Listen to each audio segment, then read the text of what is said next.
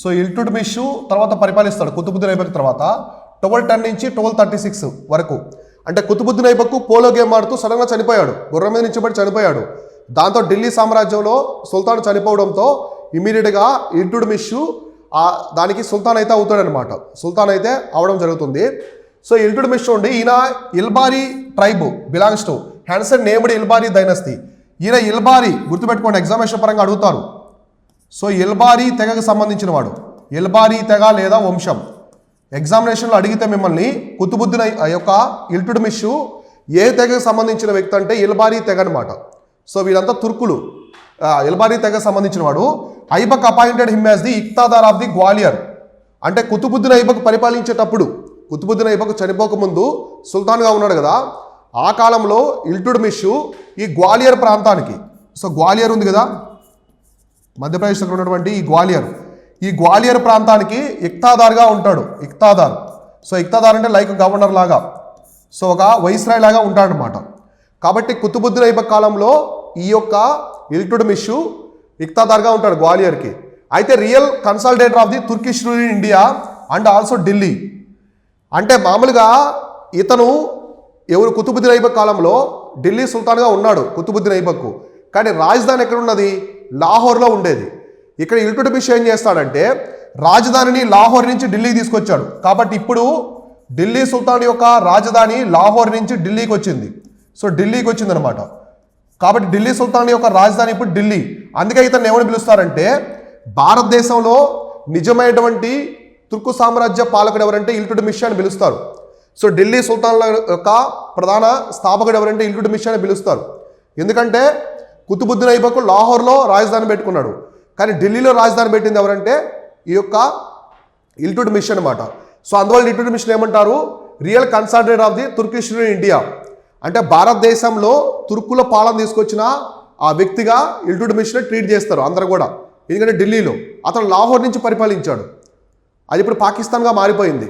కానీ ఇండియా నుంచి పరిపాలించే ఢిల్లీ సుల్తాన్ ఎవరంటే మొట్టమొదటి ఢిల్లీ సుల్తాను ఇల్టుట్మిష్ అనమాట. ఓకేనా.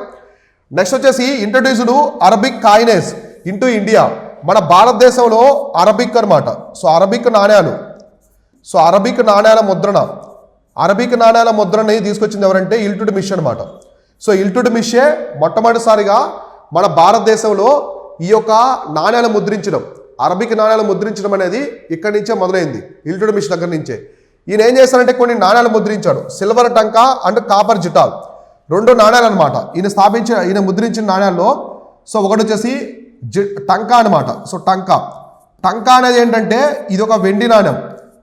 సో టంకా అంటే వెండి నాణ్యం అనమాట. సో వెండి నాణ్యం. అదే ఇంకోటి ఏంటి జిటాల్. సో ఇంకోటి వచ్చేసి జిటాల్ అనమాట. జిటాల్ అంటే రాగి నాణ్యం. సో మెటల్ వచ్చేసి రాగి, సో రాగి నాణ్యం. ఈ రెండు నాణ్యాలను తీసుకొచ్చింది ఎవరంటే ఇల్టుట్మిష్. ఇక్కడ మీకు కనిపించే ఆయనే ఇల్టుట్మిష్ అనమాట. ఇలా ఉంటాడు ఇల్టుట్మిష్ పెయింటింగ్స్. కాబట్టి ఇల్టుట్మిష్ మన భారతదేశంలో మొట్టమొదటిసారిగా అరబిక్ నాణ్యాలు తీసుకొచ్చాడు. అందులో రెండు నాణ్యాలు ఉంటాయన్నమాట ప్రధానంగా. ఒకటి వచ్చేసి టంకా అనమాట, సిల్వర్ టంకా అంటే వెండి నాణ్యాలు. ఇంకోటి వచ్చి జిటాల్ అంటే రాగి నాణ్యాలు. ఇవి మన భారతదేశంలో ఎవరు ఇంట్రొడ్యూస్ చేశారంటే ఇల్టుట్మిష్ అనమాట. అలానే ఇల్టుట్మిష్కి సంబంధించి ఇంకా మనం గమనిస్తే he created a new class of ruling alight 40 powerful military leaders అనమాట. దాన్ని ఏమంటారంటే తుర్కాన్ ఐ చహల్గానీ. సింపుల్గా చెప్పాలంటే మీకు చహల్గానీ వ్యవస్థ అంటారు. ఇలా అని అడుగుతారు ఎగ్జామినేషన్లో. సో చహల్గానీ వ్యవస్థ అంటే ఇందులో 40 మంది ఉంటారు. సో 40 మెంబర్స్ ఎలైట్ అనమాట, ruling elite powerful military leaders అంటే సేనానులు. మనకి నాయంకర సిస్టమ్ అంటాం, కాకతీయుల కాలంలో ఉంటుంది నాయంకర సిస్టమ్ అని, అటువంటిది అనమాట. సో కాకతీయుల కంటే ముందుగానే అటువంటి వ్యవస్థని వీళ్ళు తీసుకొచ్చారు. ఇందులో మొత్తం 40 మంది ఉంటారు. 40 మంది మిలిటరీ అనమాట. మిలిటరీలో హైయెస్ట్ ఆఫీసర్స్, వాళ్ళందరూ కూడా పరిపాలన చూసుకుంటూ ఉంటారు. ఎక్కడా తిరుగుబాటు రాకుండా ఢిల్లీ సామ్రాజ్యం మీద మొత్తం అన్నీ కూడా పరిపాలన కొనసాగిస్తారు. సుల్తాన్ కింద వీళ్ళు ఉంటారనమాట. ఇప్పుడు ప్రైమ్ మినిస్టర్ కింద మినిస్టర్స్ ఎలా ఉంటారో సుల్తాన్ కింద ఈ 40 మంది మిలిటరీ ఆఫీసర్లు ఉంటారు. వీళ్ళు కూడా చాలా పవర్ఫుల్ మిలిటరీ ఆఫీసర్స్ అనమాట. ఎలైట్ క్లాసు అంటే వాళ్ళకి పొజిషన్ పరంగా స్టేటస్ పరంగా గొప్పవాళ్ళు, మంచి ఆఫీసర్స్ అనమాట. కాబట్టి ఆ వ్యవస్థను ఏమంటారంటే తుర్కన్ ఐ చహల్గానీ అంటారు, చహల్గానీ వ్యవస్థ అంటారు. ఇది ఇంట్రొడ్యూస్ చేసింది ఎవరంటే ఇల్టుట్మిష్ అనమాట. నెక్స్ట్ వచ్చేసి ఈ కంప్లీటెడ్ కుతుబ్ మినార్. సో కుతుబ్ మినార్ని కంప్లీట్ చేసింది కూడా కుతుబ్ మినార్ని పూర్తి చేసింది కూడా ఎవరంటే కుతుబ్ మినార్ని పూర్తి చేసింది కూడా ఈ యొక్క ఇల్టుట్మిష్ అనమాట. కుతుబుద్దీన్ ఐబక్ మొదలు పెడతాడు, దాన్ని పూర్తి చేసింది ఎవరంటే ఇక్కడ వచ్చేసి ఇల్టుట్మిష్ అనమాట. తర్వాత Iltutmish who was ruling from Delhi try to appease the Mongols అనమాట. ఈ కాలంలో మంగోళుల దాడులు జరుగుతూ ఉంటాయి. మంగోళుల దాడులు జరుగుతూ ఉంటాయి. చెంగీజ్ ఖాన్ అనమాట, మీకు తెలుసో లేదో చెంగీజ్ ఖాన్ వచ్చేసి మంగోళ్ళ అధిపతి అనమాట. మంగోళ్ళ యొక్క అధిపతి, చాలా పవర్ఫుల్ కింగ్ అయినా, చాలా క్రూరుడు. లక్షల మందిని ఊచకోత కోసాడు. అప్పట్లో కొన్ని లక్షల మందిని ఊచకోత కోసాడు అనమాట. మన ఏషియాలో చాలా పెద్ద సామ్రాజ్యాన్ని స్థాపించాడు. అతను వస్తున్నాడంటే ఏ రాజ్యానికైనా వణుకు పుట్టేది. అటువంటి ఆర్మీ అతని దగ్గర ఉండేది అనమాట, మంగోళ్ళ సైన్యంలో ఉండేది. అర్థమైందా? కాబట్టి ఈ మంగోల్స్ కూడా భారతదేశం మీద దండయాత్రకు మొదలయ్యారు ఆ కాలంలో. కాబట్టి వారిని రిక్వెస్ట్ చేసుకున్నాడు ఇల్టుట్మిష్. ఎవరు? ఇల్టుట్మిష్ మంగోల్ కూడా రిక్వెస్ట్ చేసుకున్నాడు అనమాట. ఎక్కడి నుంచి? ఢిల్లీ నుంచి ఉన్నాడు. తర్వాత ఈ నామినేటెడ్ రజియా. తర్వాత ఇల్టుట్మిష్ తర్వాత తన యొక్క సుల్తాన్గా ఎవరిని తీసుకొచ్చారంటే ఢిల్లీ సుల్తాన్ కాలంలో రజియా సుల్తానా. సో రజియా సుల్తానా ఉమెన్ అనమాట, మహిళ. మహిళా సుల్తాన్. మొట్టమొదటిసారిగా మన భారతదేశంలో మహిళా సుల్తాన్ అనమాట. మహిళా సుల్తాన్గా ఉంటుంది. ఇప్పటివరకు ఎవరూ లేరు ఇస్లాంలో. మన భారతదేశమే కాకుండా ప్రపంచంలో ఎక్కడ మనకి ఇస్లాంలో ఒక మహిళ సుల్తాన్గా లేదనమాట. ప్రపంచ చరిత్రలోనే మొట్టమొదటి మహిళా సుల్తాన్ ఎవరంటే రజియా సుల్తానా. ఈమె ఎవరంటే ఇల్టుట్మిష్ యొక్క కూతురు అనమాట. ఇల్టుట్మిష్ యొక్క కూతురే ఈ రజియా సుల్తానా. ఢిల్లీ సుల్తాన్ల కాలంలో రాచరికం ఉండేది, అంటే వారసత్వం. తన తర్వాత వాళ్ళ వారసులే అక్కడ ఎవరుండేవాళ్ళు? సుల్తాన్గా ఉండేవాళ్ళు అనమాట. కాబట్టి ఇల్టుట్మిష్ యొక్క కూతురైనటువంటి రజియా సుల్తాన్ని సుల్తాన్గా చెప్తారు. ఇదంతా కూడా ఏంటి? వారసత్వం అనమాట.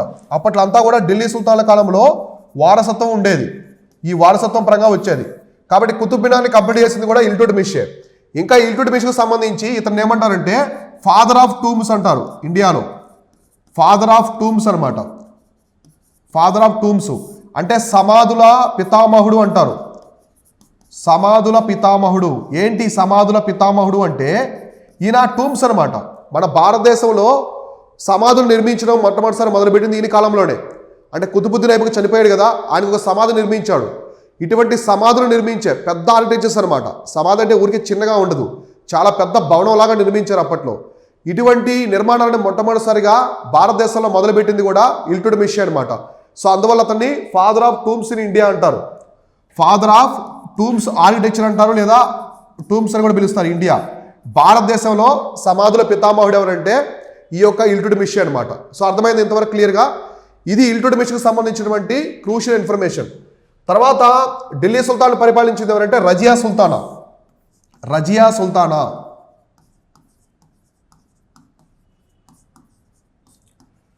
రజియా సుల్తానా 36 నుంచి 40 వరకు, జస్ట్ 4 years, 4 సంవత్సరాలు అయితే పరిపాలిస్తుంది అనమాట. 4 సంవత్సరాలు పరిపాలిస్తుంది Razia Sultana. The first and only female ruler of the medieval India. అంటే మధ్యయుగ చరిత్రలోనే, మొత్తం ఈ మధ్యయుగ చరిత్రలోనే, అంటే మన భారతదేశం కానీ ప్రపంచం కానీ ఏదైనా సరే మధ్యయుగ చరిత్రలోనే ఒకే ఒక అంటే ముస్లిం మహిళా పాలకురాలు. ముస్లిం మహిళా పాలకురాలు. ముస్లిం మహిళా పాలకురాలు వచ్చేసి ఎవరంటే Razia Sultana. The only first and only female ఆ రూలర్ ఆఫ్ మీడియవల్ ఇండియా. మొత్తం ప్రపంచ చరిత్రలోనే మొట్టమొదటి ముస్లిం మహిళా పాలకురాలు ఎవరంటే రజియా సుల్తానా. అయితే ఈమె సింహాసనం మీద కూర్చున్నప్పటి నుంచి ముస్లిం మత పెద్దలకి ఇది నచ్చదనమాట. ఎందుకంటే ఇస్లాంలో ఈ యొక్క మహిళల యొక్క ఉన్నతిని కోరుకోరు ఆ కాలంలో. అప్పట్లో చరిత్రలో ఈ మత పెద్దలంతా కూడా ఒక ఆడది ఏంటి, మనల్ని పరిపాలించడం ఏంటని చెప్పేసి ముస్లిం మత పెద్దలు, ఇంకా దానికి సంబంధించిన చాలామంది ఎలైట్స్ మొత్తం కూడా రజియా సుల్తానాకి అగెనిస్ట్గా ఉంటారు. అయినప్పటికీ కూడా ఆమె 4 సంవత్సరాల వరకు రాజ్యాన్ని పరిపాలించింది. ఇట్లా ఆమె ఎప్పుడైతే సుల్తాన్ అవుతుందో ఇల్టుట్మిష్ తన కూతుర్ని సుల్తాన్గా చేస్తాడు. దాంతో అందరూ కూడా డిసప్పాయింట్ అవుతారు అనమాట, ముస్లిం మత పెద్దలు వీళ్ళంతా కూడా ఆ కాలంలో.